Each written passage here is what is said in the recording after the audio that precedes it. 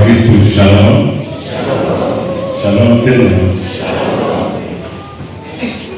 Ya kwanza tunawashukuru mapadri kwa kuweza kusomea mama yetu Master Victorine. Ni sahihi.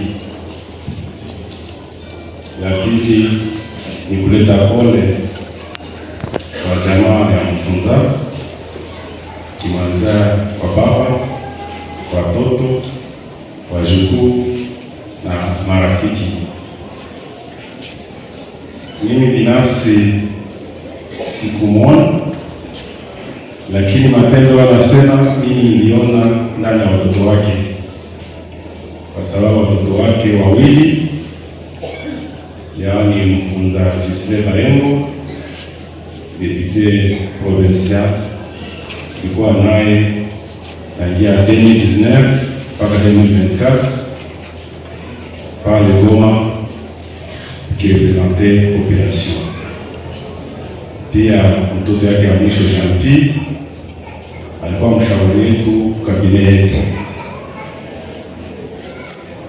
Unajua, kama mtu alipatia adabu watoto, unaiona kwa watoto wake, na kama mtu alikuwa mkaramusi, unaiona kwa watoto wake.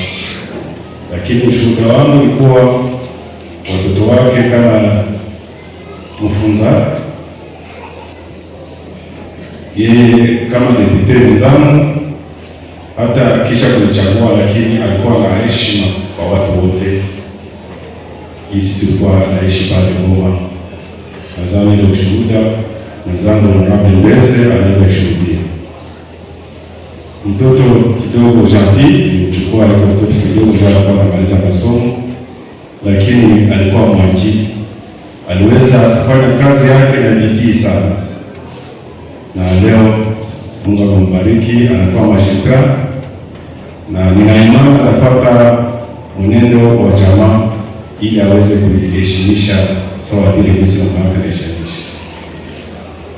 Ya tatu ni ushuhuda yeye, hata bwana mwenyewe alisema, lakini hangesema wakati unazunguka macho hivi unaona umate wa watu wenye unakuja kumsindikiza, inatemwanye kweli ile yenye wanamea dalili mwenyewe amesema. Kama wako mtu hauko mkarimu, hawezi pata watu wa kusindikiza wapata hawa. Sisi kama wanabunge tunaleta mkono wa pole kwa mfunza Bayengo, na tunampa moyo asijali kama iko peki, tuko pamoja.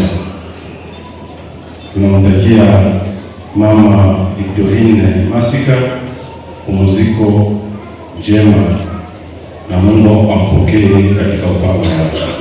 Asante.